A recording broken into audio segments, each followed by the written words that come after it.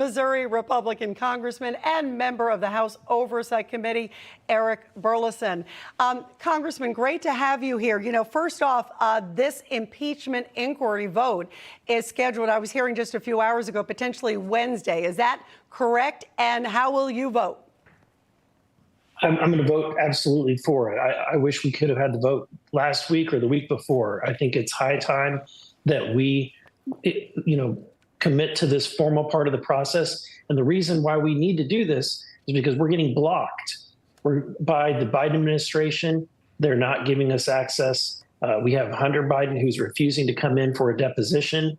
And so we have a lot. We're getting to a point where we need to get more information, but until we are under formal impeachment inquiry, we're probably not going to get all the information we need. Yeah, no, and that's why I think a lot of people are saying, yeah, you'll have more teeth behind it to get documents, right? And you'll also be able to enforce subpoenas, especially if it goes up to the court. You know, there's been a lot of stuff that's come out lately, Congressman. One of the things, and I think this is on the House Ways and Means Committee, President Biden exchanged 27 of these emails, as we were talking about with Hunter's business associate, Eric Schwerin, leading up to his 2014 trip to Ukraine and 5 in the months following the trip. Now, do we know what the contents of these emails are? And of course, timing is key here.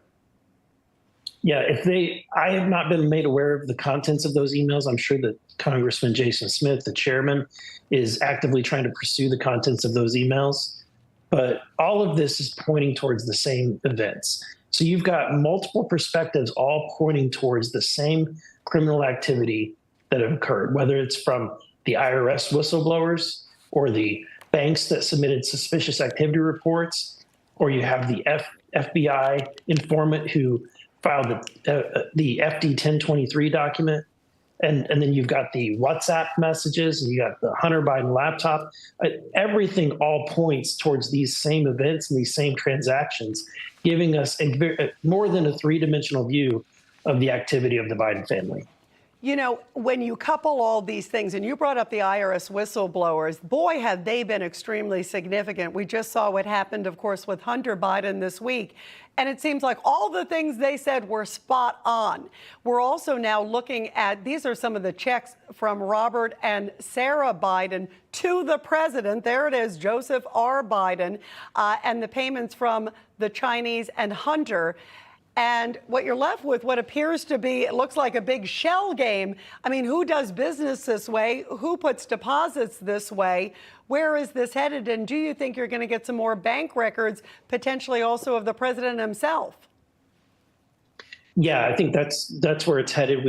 The information that we've been able to get out up until today has been very limited because we've not been able to get full access to the bank records. One can only imagine what we'll uncover if we actually get access to Joe Biden's bank records.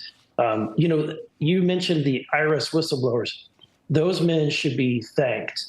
They weren't doing it for political reasons. They were doing it out of love for the country.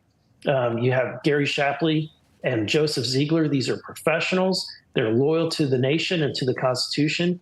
And had it not been for them, we probably wouldn't have learned more about this. We also Hunter Biden would have been given a slap on the wrist and a misdemeanor charge had these whistleblowers not come out and put pressure on the charges that Weiss was bringing forward.